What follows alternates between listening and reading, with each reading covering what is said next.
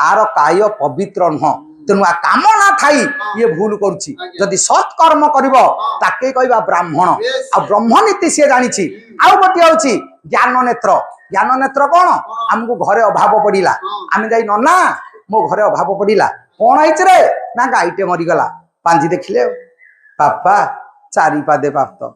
कौन करी ना तू गोटे कम कर 21 दिन गुहाले शोबू गुहाले खाइबू नना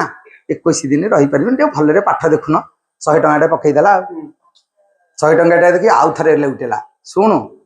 छाड़ तू दुख कर आउ देखिली शास्त्र लिखाई 14 दिन चलो गुहाले 14 दिन शई पड़ से लोक भाविला 100 लगेली 7 दिन कटिगला आउ 100 लगेगा आउ 100 टंका देला कहला नना टिके भले देखुन ना तू तो मत बाध्य कर शुणु 14 दिन नुह 7 दिन शई पड़े हो से कहला अच्छा दी 7 दिन 100 टंका नगेली आउ 100 नगेवा 7 दिन जमी आउ 100 नगे देले कहले शुणु पांची जहाँ कहूँ तू दिने शई पड़े चलो कहला दी 100 देली 7 दिन कमी आसला कहला 500 टंकिया नगेदेवा 500 टंकिया दे कहला नना मत बेल ना शोवा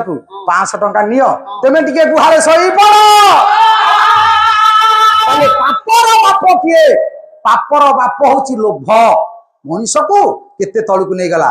कूल को पुरोधा कूल गुरु जा पाद छुई से नमस्कार करे से 500 टंका दे ते कहीं गुहाले शोवा कहला ना तू कर्मटी छोट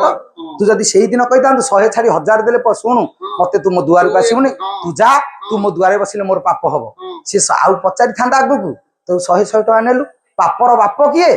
जदि पापर बाप किए पचारिबा छोटिया कथा पदे कहूँ गाँव में प्रवचन होची जने बाबाजी 7 दिन प्रवचन कले लो माँ गोटे बुढ़ीटे पचारा बाबा पापर बाप किए ये उत्तर किसी कहला शेष दिन देवी शेष दिन कही प्रवचन सर हो पारानी बुढ़ीटे दिन आसी हाथ जोड़देला कहला बापा तो उत्तर नदेल ना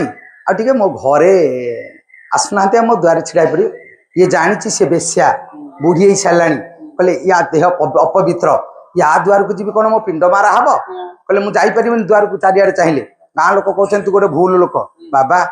10 टंका दौची आपड़ खाली मो द्वार पटे पलैबे जमी द्वार जाए पलैले कहले हौ मु चलिली ना बाबा